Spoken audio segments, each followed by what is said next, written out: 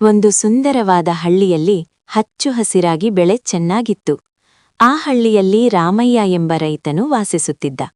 ಅವನು ತುಂಬಾ ಪರಿಶ್ರಮಿ. ಬೆಳಗ್ಗೆ ಬೆಳಗ್ಗೆ ಎದ್ದು ಹೊಲಕ್ಕೆ ಹೋಗಿ ಬೆಳೆ ಬೆಳೆಸುತ್ತಿದ್ದ. ಅವನಿಗೆ ತನ್ನ ಹೆಂಡತಿ ಮತ್ತು 2 ಮಕ್ಕಳಿದ್ದರು.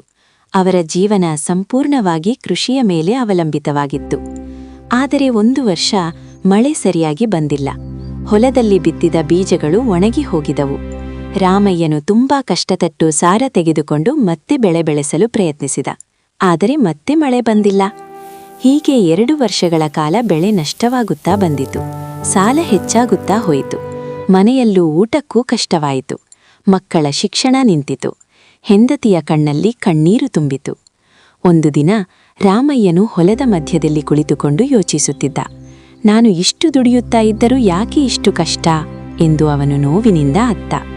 ಕೊನೆಗೆ ಅವನು ಹಳ್ಳಿ ಬಿಟ್ಟು ನಗರಕ್ಕೆ ಹೋಗಲು ನಿರ್ಧರಿಸಿದ.